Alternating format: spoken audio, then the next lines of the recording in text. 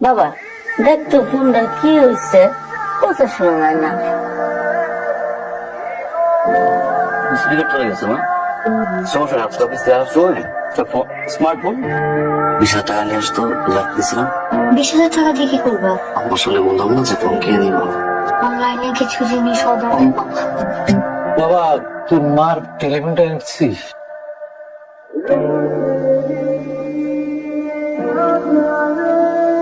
বাবা টেলিফোন আনার জন্য যে টাকাটা আমার কাছে ছিল ওটা আমি অনলাইনে খরচ করে ফেলছি, সেই জন্য এই মাসে টেলিফোনটা আনতে পারে নাই।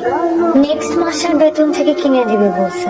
মা আপনি ততদিন চাইলে আমার ফোনটা ইউজ করতে পারেন, সমস্যা নাই।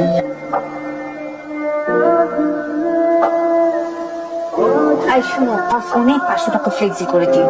আচ্ছা ঠিক আছে। শিবা তোর মায়ের ওষুধ তো শেষ হয়ে গেছে, তুই অফিস থেকে ফেরার সময় নিয়ে আসিস। দাও। ঠিক আছে। ঠিক আছে মানে তুমি ওষুধ আনবা কোথা থেকে? তোমার পকেটে 1 টাকাও আছে?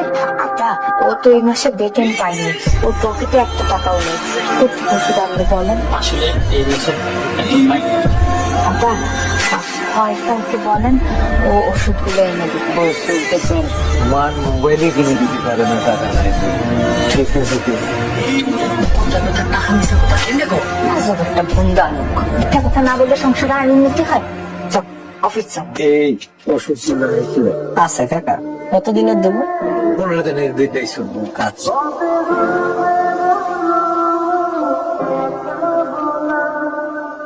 টাকা 2230 টাকা দাম হয়েছে। আমি ওই 2 দিন পরে এসে টাকাটা দিয়ে দেবো।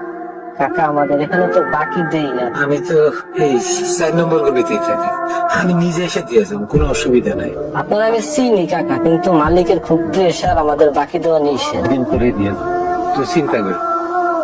আচ্ছা ঠিক আছে। তুমি কে বাবা? আপনি আমাকে চিনবেন না, এটাই তো স্বাভাবিক। এই বাসার দিশা ম্যাডাম আছে না, উনি আমাদের ব্যাংকে 15,000 টাকা মাসে ডিপোজিট করেছেন। আম্মা মানে দেন ডিবিএস টাকা দেন, ডিবিএস 15,000 টাকা দেন। তোমার সাথে আমার একটু কথা ছিল, এইভাবে ভালোবাসায় আর কতদিন? ভাবছি আমরা একটা প্লেট নিব না, মানে এখন না, টাকা পয়সা জমায় তারপর একটা প্লেট। আমার বড় তোমার বড় আব্বার মা একটু খবর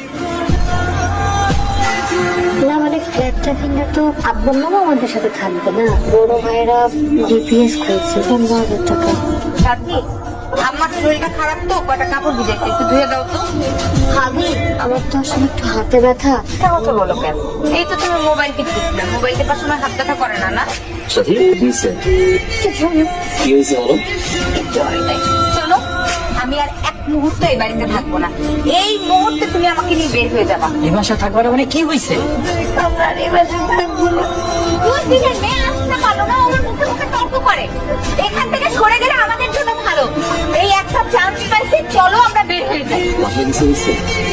বাবা সংসারটা তো অনেক বড় হয়েছে, ওদের মধ্যে মানুষজন বাড়ছে। আমি তাই সিদ্ধান্ত নিয়েছি, আমি আপনার বউবারে নিয়ে আলাদা। কি বলতেছো তুমি এগুলো? তো মানুষ ঘরে কোথায়? ওরা যা থাকা তাই তো আছে না। এবারে যে টাকা দিতে বলছো মাস, কত দিচ্ছে না? তার বাইরে আম্মার যা লাগে, আম্মার কি আম্মার আমি তো দিই না, দিই না। তুই সকালে যাস, রাতে বাসায় ফিরে। তুই কি জানোস বউ যে আমার বউয়ের সাথে খারাপ ব্যবহার করছে? আমি ডিসিশন নিয়েছি, আমার ডিসিশন ফাইনাল ডিসিশন।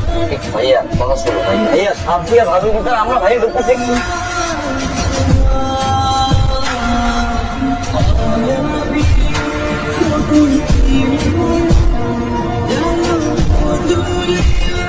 সবই তো বুঝলাম, আপনি অবশ্যই চাকরি করতে পারবেন। পারুম স্যার। আপনার বয়স হয়েছে, এই শরীর নিয়ে সিকিউরিটি গার্ডের চাকরি 8 ঘন্টা দাঁড়ায় থাকতে হবে। প্রথম হয়তো একটু কষ্ট হবে, তারপরে অভ্যাস হয়ে যাবে। চাকরিটা আসলে আমার খুব দরকার। আপনার কি ছেলে মেয়ে নাই? আছে স্যার, আমার 2 ছেলে। আপনার ছেলে মেয়ে থাকলে আপনি চাকরি করতে আসবেন কেন? আসলে আমার ছেলেরা যে চাকরি করে তাতে ওদের সংসার চালাইতে তো কষ্ট হয়েছে।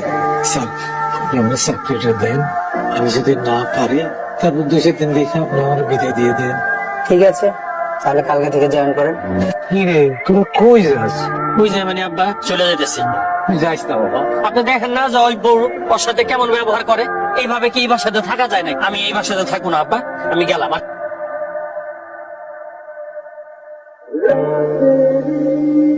এটা কি মা? এটা কি? আমি যে অফিসে চাকরি করি সেই অফিসের সিকিউরিটি গার্ড আমার বাবা। এই যে ছেলে বাবা যায় সাথী, এই এটা কি 35,000 টাকা বেতন পাই, যে জন্য 5টা পয়সা খরচ করি। আমার বড় ভাই চলে যাওয়ার পর আমি বলছি বাসার খরচ লাগুক, মায়ের ওষুধ লাগুক, আব্বার চিকিৎসা লাগুক, সব খরচ আমি দেখবো। আম্মা বলছিলাম আমি বাবার গায়ে সিকিউরিটি, আমার বাবার গায়ে সিকিউরিটি কেন?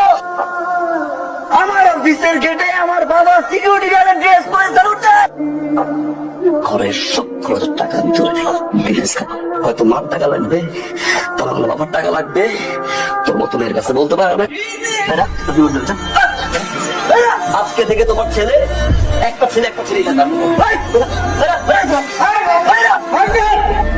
আমি তোর বাপ, আমি এখনো মরি নাই। এই সংসারে যা কিছু হবে আমার সিদ্ধান্তই হবে। আমি অনেক বড় ভুল করে ফেলছি। আমি আপনার অনেক অসম্মান করছি। আমাকে মাফ করে দেন, আপনারা মাফ করে দেন। আপনি আমার মাফ করে দেন। সন্তান ভুল করলে বাবা মানুষের মাফ করে দেওয়া, আমাকে মাফ করে দেওয়া আমি বুঝি নাই।